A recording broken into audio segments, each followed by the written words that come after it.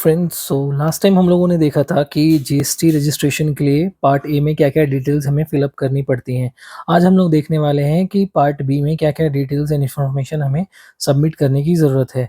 तो हम लोगों ने जो टीआरएन नंबर जनरेट किया था, वो टीआरएन नंबर को सबसे पहले यहाँ पर लेके आएँगे एंड वो टीआरएन नंबर यहाँ पर मेंशन करेंगे। मेंशन करने के बाद हम लोग आगे का रजिस्ट्रेशन प्रोसेस स्टार्ट करते हैं। यहाँ पे हमें जस्ट मेंशन करना है हमारा टीआरएन नंबर एंड हम लोग मेंशन करते हैं कैप्चा। मेंशन करने के बाद हम लोग करते हैं लॉगिन। सो हमने जो रजिस्ट्रेशन के लिए अप्लाई किया था उसका हमारे पास टीआरएन नंबर है। हमें यहाँ पर मेंशन करना है कैप्चा। मेंशन कर लिए, बढ़ते हैं आगे। हमारे पास हमारा जो रजिस्टर्ड मोबाइल नंबर और ईमेल आईडी हमने दिया था, उस ईमेल आईडी पे हमें रिसीव होगी ओटीपी, वेरिफिकेशन कोड। उस वेरिफिकेशन कोड को हमें यहाँ सबमिट करना है।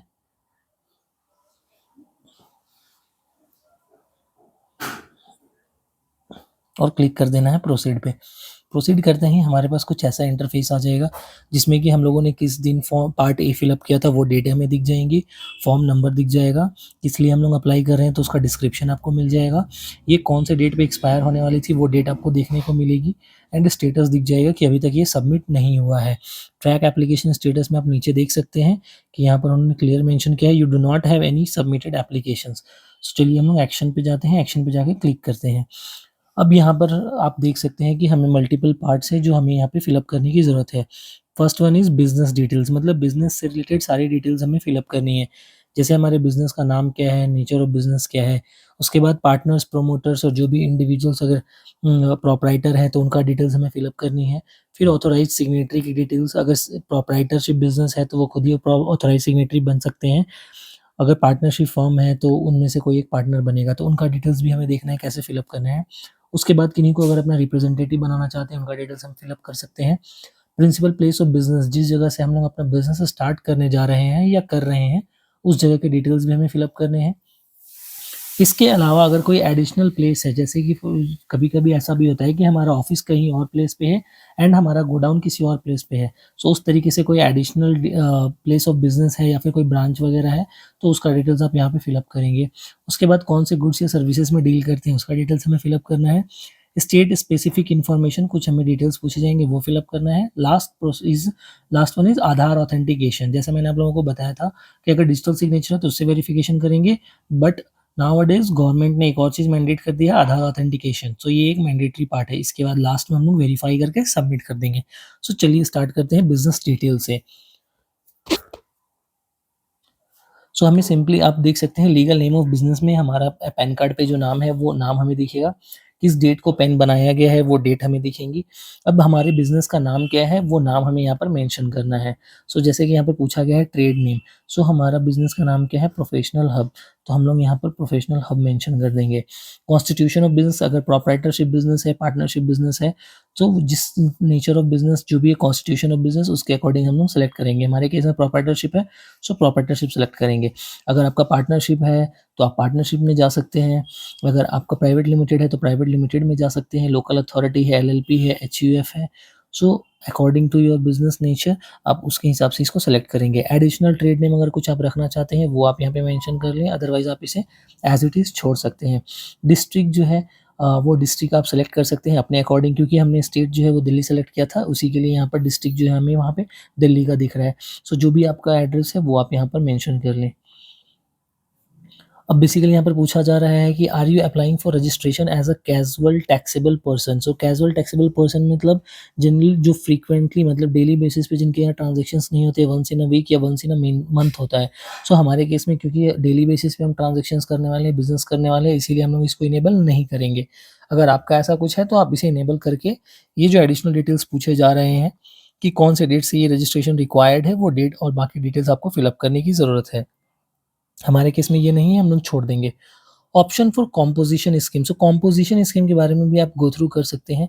कॉम्पोज़िशन स्कीम बेसिकली मैं आपको एक ओवरव्यू दे देता हूँ। कॉम्पोज़िशन स्कीम में क्या होता है, जहाँ पर आप जीएसटी तो लेंगे बट आप जीएसटी टैक्स जो होता है वो आप कंज़्यूमर से, जो आपके कस्टमर्स होंगे उनसे आप नहीं ले सकते हैं। आपको इंस्टेड पे करना पड़ेगा to the government. But generally क्या होता है 0%, 5%, 12%, 18% एंड 28% होता है। बट अगर आप एज़ अ कॉम्पोज़िशन स्कीम में रजिस्टर्ड होते हैं, तो आपको सिर्फ 1% और 2% ही जीएसटी पे करने की ज़रूरत होती है। बट उसके काफ़ी सारे लिमिटेशंस हैं। अगर आपको इन डिटेल्स उसका वीडियो चाहिए तो आप हमें बता सकते हैं, हम उसका भी वीडियो आपको बहुत जल्दी प्रोवाइड कर देंगे। ठीक है? सो अब हम आगे बढ़ते हैं। Reason to obtain registration, so basically आप क्यों रजिस्ट्रेशन लेना चाहते हैं, उसके पीछे का रीज़न क्या है? सो ये सारे ऑप्शंस हैं, जैसे कि क्रॉसिंग द थ्रेशोल्ड, मतलब गवर्नमेंट ने बोला है कि गुड्स में अगर आप डील करते हैं तो 20 लाख का अगर आपका टर्नओवर है पर ईयर, तो अगर 20 लाख के ऊपर जाता है तो आपको रजिस्ट्रेशन मैंडेटरी है, जीएसटी रजिस्ट्रेशन। तो वो हो गया थ्रेशोल्ड लिमिट। अगर ऐसा कुछ टर्नओवर आपका कंडीशंस को टच करता है या उसके बियॉन्ड जाता है तो आपको रजिस्ट्रेशन लेने की ज़रूरत है। अगर आप एक स्टेट से दूसरे स्टेट में बिज़नेस कर रहे हैं, इंटर स्टेट सप्लाई कर रहे हैं, तो आपको जीएसटी ज़रूरी है। सो ये कुछ कंडीशंस हैं, मर्जर, डीमर्जर हो रहा है, प्रोप्राइटर का डेथ हो गया, बिज़नेस अलग हो रहा है, लायबिलिटी टू पे एज़ रिसिपिएंट ऑफ गुड्स और सर्विसेज़, जो आरसीएम का कॉन्सेप्ट हमने बताया था, रिवर्स चार्ज मैकेनिज़्म। अगर आपने हमारा पार्ट ए देखा होगा तो आपको याद होगा। तो ये सारे कुछ कंडीशंस हैं जिसको आपको सेलेक्ट करना है। तो हमारे केस में हम लोग जनरली क्या करते हैं, वॉलंटरी रजिस्ट्रेशन सेलेक्ट करते हैं। वॉलंटरी का मतलब क्या होता है, हमारे ऊपर गवर्नमेंट की तरफ से मैंडेटरी नहीं है, बट हमें ज़रूरत है इसलिए हम अप्लाई कर रहे हैं। इट्स नो वे मैंडेटरी, ये मैंडेटरी नहीं है। And date of commencement of business, so generally हम लोग करंट डेट ही मेंशन करेंगे, आज का ही डेट मेंशन करेंगे। Now type of registration, indicate existing registration, अगर आपने कोई एक्जिस्टिंग रजिस्ट्रेशन ले रखा है इनमें से, GSTIN number, temporary ID, TIN number, central sales tax excise number. GST आने से पहले अगर आप लोगों को पता हो तो पहले सेल्स टैक्स में सीएसटी चलता था, सेंट्रल सेल्स टैक्स, वैट चलता था, वैल्यू एडेड टैक्स। तो अगर वैसा कोई भी रजिस्ट्रेशन आपके पास है तो उनके डिटेल्स आप यहाँ पर फिल अप कर सकते हैं। अगर ऐसा नहीं है तो आप इसको एज़ इट इज़ छोड़ दें। उसके बाद document upload, document for trade name. So जैसा कि हमने यहाँ पर प्रोफेशनल हब ट्रेड नेम रखा है, तो उसके लिए जो भी हमारे पास डॉक्यूमेंट है, मतलब उस नेम से रिलेटेड अगर हमारे पास जो भी डॉक्यूमेंट है, उसको हमें यहाँ पर सबमिट करने की ज़रूरत है। डॉक्यूमेंट फॉर ट्रेड नेम, और कौन से फॉर्मेट में होना चाहिए, पीडीएफ में भी आप सबमिट कर सकते हैं, जेपीईजी में भी कर सकते हैं, बट ध्यान रहे कि वो 5 एमबी से ज़्यादा नहीं होनी चाहिए। ठीक है? बट ये मैंडेटरी नहीं है तो हम लोग इसको एज़ इट इज़ छोड़ सकते हैं। हमारा जैसे ही पार्ट ए कंप्लीट ये पार्ट कंप्लीट हो जाएगा बिज़नेस डिटेल्स का, हम लोग नीचे जाकर के सेव एंड कंटिन्यू पे क्लिक करेंगे। क्लिक करते ही हम लोग आ जाएँगे प्रोमोटर और पार्टनर्स में। मेरे केस में क्योंकि मेरा प्रोप्राइटरशिप बिज़नेस है, तो मुझे सिर्फ़ एक ही पर्सन का डिटेल सबमिट करना है। फर्स्ट नेम आपको मेंशन करना है, मिडल नेम मेंशन करना है एंड लास्ट नेम आपको मेंशन करने की ज़रूरत है। इसके बाद आपको आपके फैमिली का फादर का डिटेल्स मेंशन करना है, फादर का नाम क्या है, first name, middle name and last name, वो आपको फिल अप करने की ज़रूरत है। हम लोग यहाँ पे फिल अप कर लेते हैं।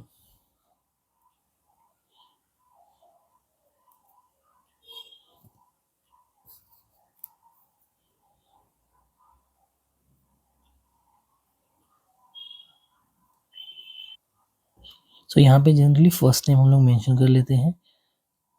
First name is mandatory one, उसके बाद middle name, last name mandatory नहीं है तो हम लोग उसको एज़ इट इज़ छोड़ सकते हैं। हमें हमारा जो डेट ऑफ बर्थ है वो डेट ऑफ बर्थ यहाँ पे सबमिट करने की ज़रूरत है।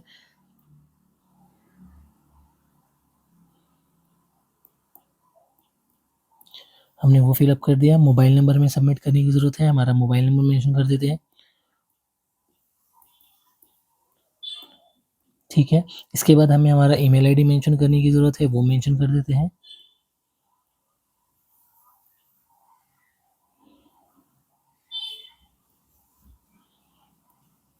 ठीक है? अब आगे बढ़ते हैं।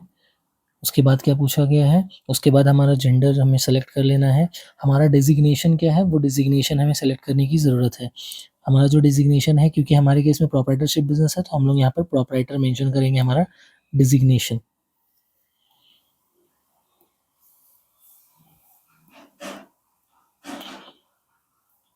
सो बेसिकली हम लोग यहाँ पर प्रोप्राइटर मेंशन करेंगे। अगर यही आपका प्राइवेट लिमिटेड कंपनी रहेगा तो आप यहाँ पर डायरेक्टर मेंशन करेंगे, आपका पार्टनरशिप रहेगा तो पार्टनर मेंशन करेंगे। एंड अगर आपका प्राइवेट लिमिटेड कंपनी है तो डायरेक्टर मेंशन करके आपको यहाँ पर डिन नंबर फिल अप करना होगा। बट पार्टनरशिप है तो सिर्फ पार्टनर मेंशन करके आप प्रोसीड कर सकते हैं। हमारे केस में क्योंकि पैन नंबर सेम रहेगा, इसीलिए यहाँ पर आप देख सकते हैं कि हमारा पैन नंबर मेंशन किया हुआ है और हमें उसे चेंज करने की ज़रूरत नहीं है। अब हमें हमारा एड्रेस यहाँ पर मेंशन करना है। सो हम लोग यहाँ पर अब अपना पर्सनल एड्रेस फिल अप करेंगे, उसको देखते हैं यहाँ। सो यहाँ पर हम लोग अपना पिन कोड मेंशन करते हैं अपने एरिया का। इसके बाद हमें मेंशन करना है हमारा लोकेलिटी क्या है, अगर आपको पता है तो मेंशन कर लें।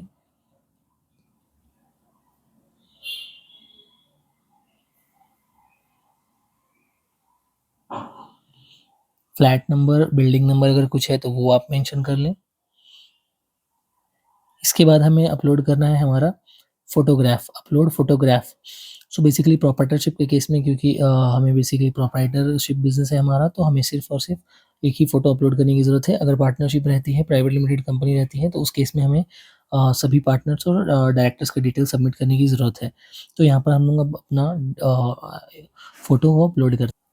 सो जैसे ही हम लोग फ़ोटो को अपलोड कर लेंगे, यहाँ पर हमें शो करेगा हमारा फ़ोटो।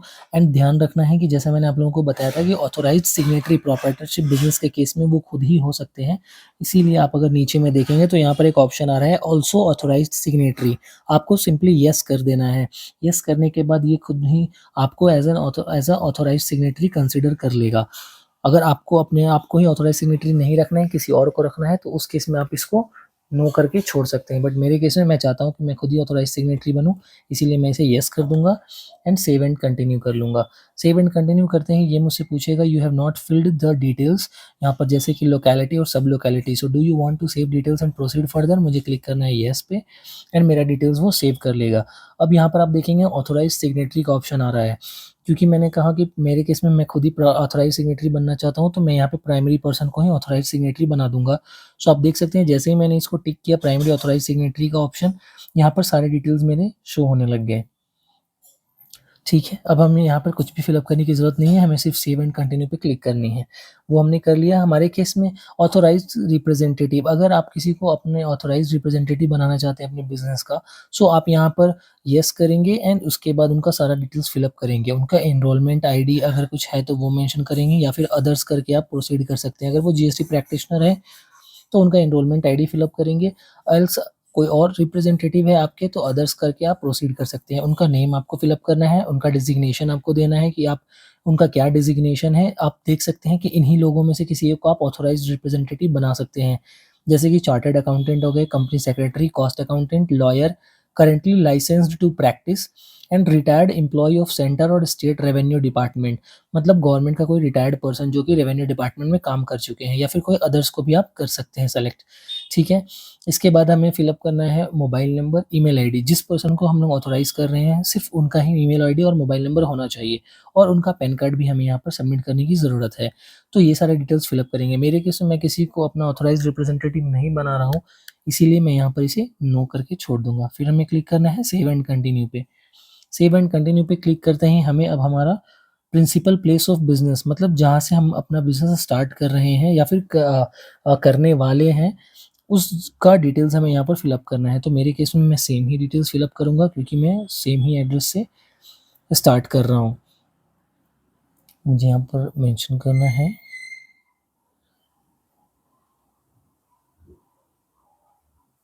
सो ये डिटेल्स मैंने फिल अप कर दिया।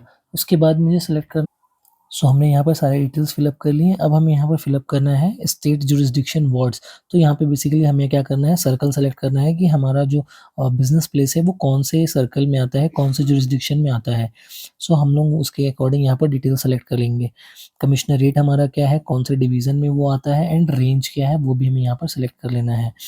इसको सेलेक्ट करने के बाद हमारा email ID, mobile number as it is रहेगा। उसके बाद हम लोग आगे बढ़ते हैं। So nature of position of business, तो ये कुछ इम्पोर्टेंट पार्ट है जिसको ध्यान से आपको देखना चाहिए। सो पोज़ीशन ऑफ प्रीमाइसेस का मतलब क्या है, बेसिकली जिस जगह से आप बिज़नेस करना चाह रहे हैं या फिर कर रहे हैं, क्या आप उस जगह के मालिक हैं या फिर आप वहाँ पर एज़ अ टेनेंट हैं, आप किराएदार हैं। वो आपको देखना है, आपने उस प्लेस को लीज़ पर लिया है, रेंट पर लिया है, या आपके वो फैमिली मेंबर के नाम पे है, या फिर वो खुद के ही नाम पे है, आपके खुद के नाम पे है।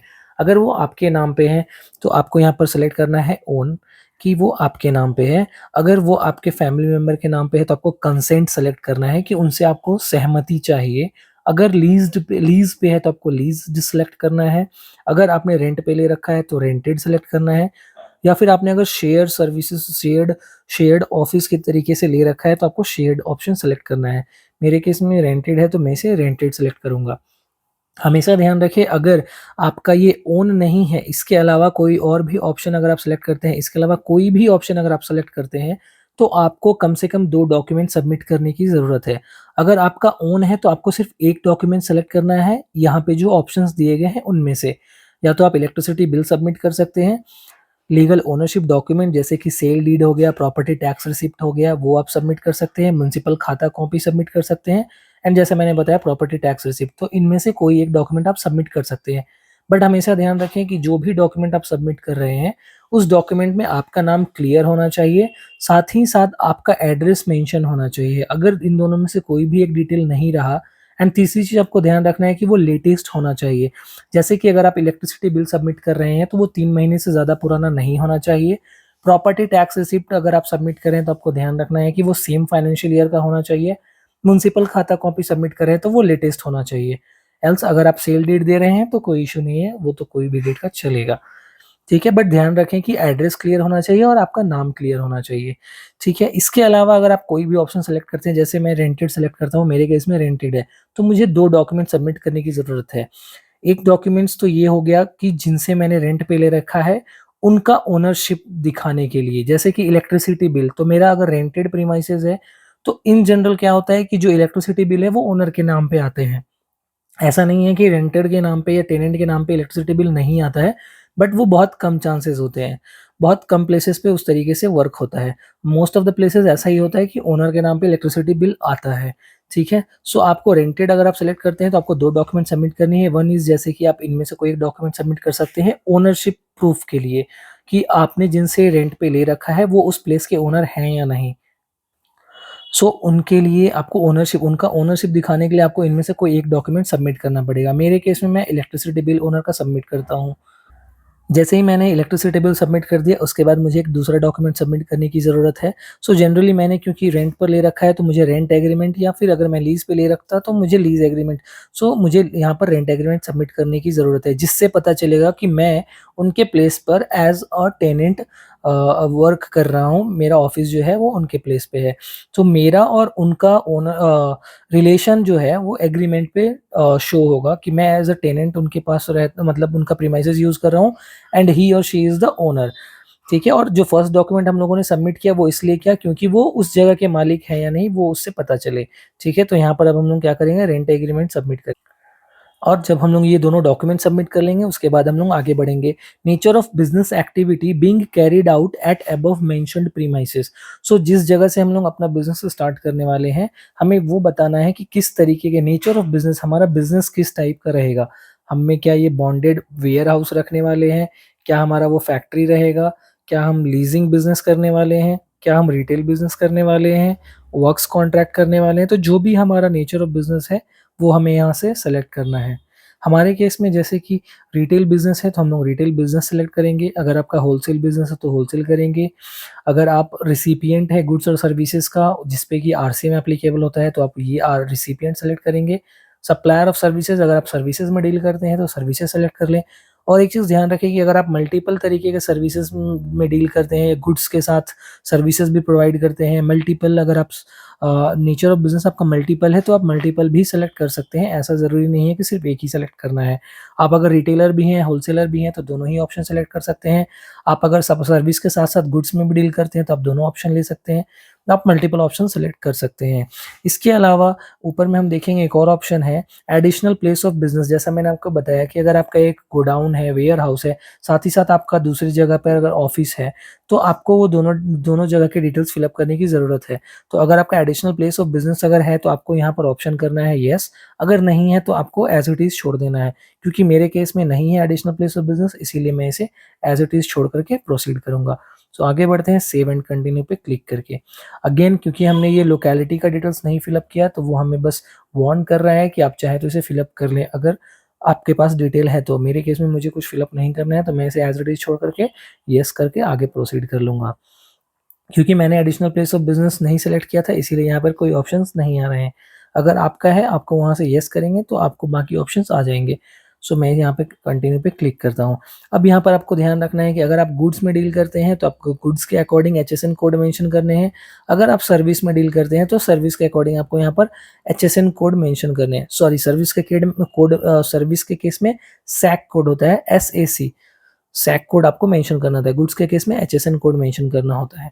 सो मेरे केस में सर्विसेज है, तो मैं यहाँ पर जैसे कि अकाउंटिंग से रिलेटेड सर्विसेज है, तो मैं यहाँ पर अकाउंटिंग से रिलेटेड मेंशन करूँगा, यहाँ पे लिखूँगा अकाउंट्स। सो देख सकते हैं आप अकाउंट्स में बहुत सारे ऑप्शंस आ गए। अब जो भी एप्रोप्रिएट है, अगर आप लीगल एंड अकाउंटिंग सर्विसेज देते हैं तो आप ये सेलेक्ट करेंगे। अकाउंटिंग एंड बुक कीपिंग का वर्क करते हैं तो आप सेकंड ऑप्शन लेंगे। मेरे केस में लीगल एंड अकाउंटिंग में सेलेक्ट करता हूँ। आप चाहें तो मैक्सिमम 5 सर्विसेज का डिटेल्स आप सेलेक्ट कर सकते हैं। यहाँ पर आप देख सकते हैं इन्होंने मेंशन किया है, please specify top 5 services. So maximum आप 5 सर्विसेज या फिर 5 गुड्स से रिलेटेड एचएसएन कोड और एसएससी कोड आप फिलअप कर सकते हैं। मेरे केस में मैं सिर्फ एक ही फिलअप करता हूँ, प्रोसीड करते हैं। इसके बाद ये स्टेट स्पेसिफिक इन्फॉर्मेशन, अगर आपके पास प्रोफेशनल टैक्स एम्प्लॉय कोड है तो वो आप फिलअप कर लें, प्रोफेशनल टैक्स सर्टिफिकेट नंबर है तो वो फिलअप कर लें। अगर आपके पास इनमें से कोई डिटेल्स नहीं है तो आप एज इट इज़ छोड़ सकते हैं, क्योंकि ये मैंडेटरी नहीं है। ठीक है, हमारे केस में हमारे पास इनके कोई भी डिटेल्स नहीं है, हम लोग एज इट इज़ छोड़ के कंटिन्यू करते हैं। कंटिन्यू करने के बाद अब हमें क्या करना है, हमें आधार ऑथेंटिकेशन करना है, आधार वेरिफिकेशन करना है। सो आधार वेरिफिकेशन हम लोग कैसे करेंगे, सिंपली हमें यहाँ पर येस कर देना है।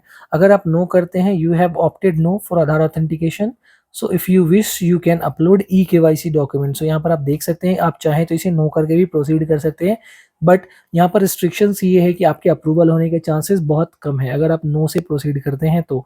सेकेंड थिंग, अगर आप नो करके प्रोसीड करते हैं तो आपको कम से कम 1 मंथ का टाइम लग जाएगा।